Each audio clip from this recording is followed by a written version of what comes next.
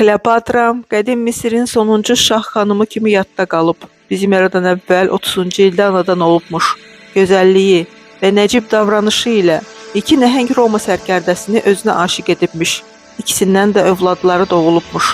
Deyilənlərə görə Kleopatra 6 dil bilirmiş. Kimya haqqında geniş biliklərə sahib imiş. Zəngin kitabxanası varmış. Misirli şahı olsa belə damarlarında Yunan qanı axırmış.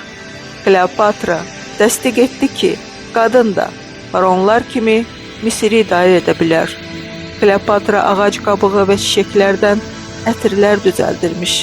Həmçinin zəhərlərlə də maraqlanırmış.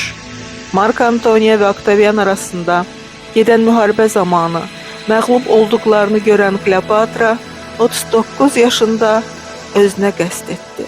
Tarixdə ağıllı və gözəl xanım kimi yadda qaldı.